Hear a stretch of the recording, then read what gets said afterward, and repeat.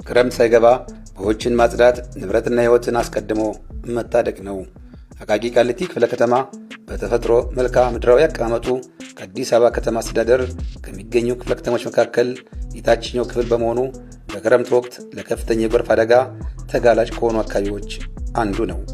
የዘንድሮውን የክረምት ወራት ተከትሎ ሊከሰት የሚችለውን የአደጋ ስጋት አስቀድሞ ለመቀነስ የክፍለ ከተማው አስተዳደር በ90 ቀናት እቅዱ ታላቅ የቅድመ መከላከል ንቅናቄ ስራዎችን እያካሄደ ይገኛል። በአቃቂ ቃሊቲ እየተከናወነ ያለው የቅድመ መከላከል ስራ ዋና ዋና ነጥቦች የቦዮች ጠረጋ እና ማስፋፋት፣ በተለይም በወረዳ 2 እና በወረዳ 3 አዋሳኝ ድምድም በሚባለውና በሌሎች ለጎርፍ ተጋላጭ በሆኑ ቁልፍ ስፍራዎች ላይ የውሃ መፍሰሻና የጎርፍ መውረጃ ቦዮችን የማስፋትና የመጥረግ ስራ በከፍተኛ ሁኔታ እየተሰራ ነው። ቦዮች ለረጅም ጊዜ በደለል በደረቅና በተለያዩ ፍርስራሽ ቆሻሻዎች በመደፈናቸው ምክንያት የጎርፍ ማስተናገድ አቅማቸው ቀንሶ የነበረ ሲሆን አሁን ላይ ከባድ ማሽነሪዎችና ታላላቅ ቁሳቁሶችን በመጠቀም የፍሰት አቅማቸውን የማሳደግ ስራ በፍጥነት እየተከናወነ ይገኛል። ማሽነሪዎች ሊገቡባቸው በማይችሉ ጠባብ የፍሳሽ መስመሮችና የመኖሪያ መንደሮች ውስጥ የሰው ኃይልን በመጠቀም ቆሻሻን የማውጣትና የማጽዳት ስራ እየተከናወነ ነው። ይኸው የጽዳት ንቅናቄ የህዝብን ደህንነትና ንብረትን ከመጠበቅ ባሻገር የነዋሪዎችን የጋራ ኃላፊነት ግንዛቤ እያሳደገ መጥቷል።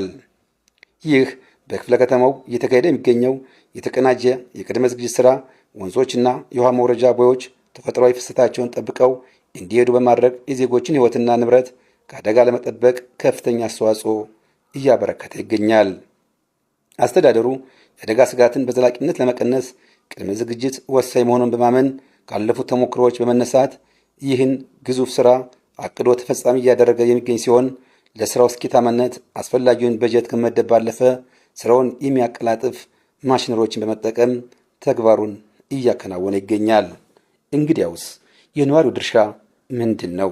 የጎርፍ አደጋን መከላከል የአስተዳደሩ ስራ ብቻ አይደለም፣ የሁላችንም የጋራ ኃላፊነት ነው።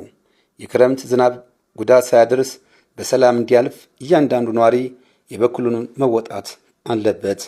በአካባቢያችሁ ያሉ የጎርፍ መፈሰሻ ቱቦዎችና ቦዮች በቆሻሻ እንዳይደፈኑ በንቃት መጠበቅ፣ በአካባቢያችሁ የሚደረጉ የጽዳትና የጎርፍ መከላከል ስራዎች ላይ በንቃት መሳተፍ፣ እንዲሁም ማንኛውም የጎርፍ ስጋት ያለባቸው ቦታዎች ሲመለከቱ በፍጥነት በማሳወቅ ተባባሪ መሆን ያስፈልጋል።